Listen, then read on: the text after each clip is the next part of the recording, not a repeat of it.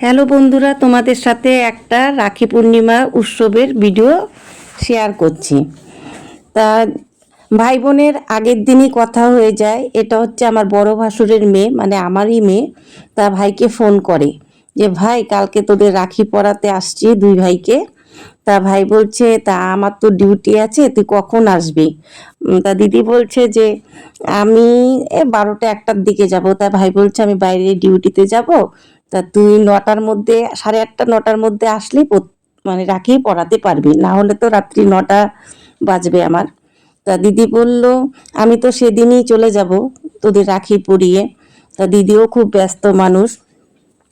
তারপরে সে দিদি ভাইকে এতই ভালোবাসে, সত্যি কথা বলতে। তা দিদি 5:30 না 5:15-তে বন্দে ভারত ট্রেনে উঠে চলে এসেছে 7:45-টার মধ্যে আমাদের বাড়িতে।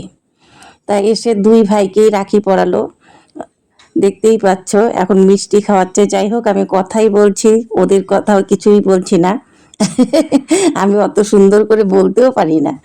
তা কাকা তো দু ভাইকে রাখি পরালো। তা এখন গিফট দেবে, ভাই গিফট দেবে। তা দিদির জন্য কি এনেছে তা সেটা তোমাদের দেখাচ্ছে। আগে এনেছে চকলেট, তারপরে দিদিকে একটা গিফট দিল। যাই হোক, তোমাদের সেটা দেখাতে পারলাম না, আর অত কিছু সত্যিই মাথায় থাকে না। তারপরে এটা হচ্ছে আমার মেজো ভাসুরের ছেলে, আর ওটা হচ্ছে আমার ছেলে। তা আর এটা হচ্ছে বড় ভাসুরের মেয়ে।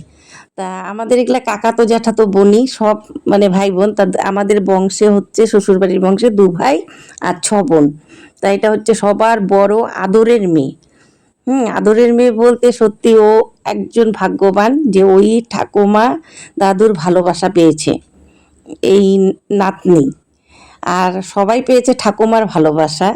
যাই হোক, ঠাকুমা দাদুর ভালোবাসা এই নাতনিরই ভাগ্যে ছিল। খুব ভালো লাগলো, সুন্দর করে দেখো রাখি পরাচ্ছে। এই যে এখন ফোঁটা দিয়ে দিল। আমার ব্লগ দেখে ও হাসবে যে কাকিমণি কি স্পিডে কথা বলে, দেখো কি সুন্দর করে দিচ্ছে।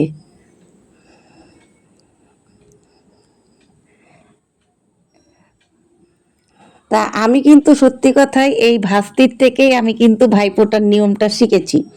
সত্যি কথা বলতে, আরেকজন ভাই, মানে আমার মেঝো যা দিয়ে গেল ভাইয়ের হাতে গিফটটা। এখন ভাই এই দিদিকে একটা গিফট দেবে, নমস্কার দিচ্ছে। ছোট্ট ছোট্ট ভাই। যাই হোক, খুব ভালো লাগলো ওদের রাখি পরার, মানে নমস্কার নেবার জন্য দিদি একদম আগে আগে দাঁড়িয়ে থাকে। যাই হোক, তোমাদের ব্লগটা কেমন লাগলো একটু দেখে লাইক কমেন্ট করে দিও। দেখো দুই ভাইকে কি সুন্দর আদর করছে। বাই, রাখছি।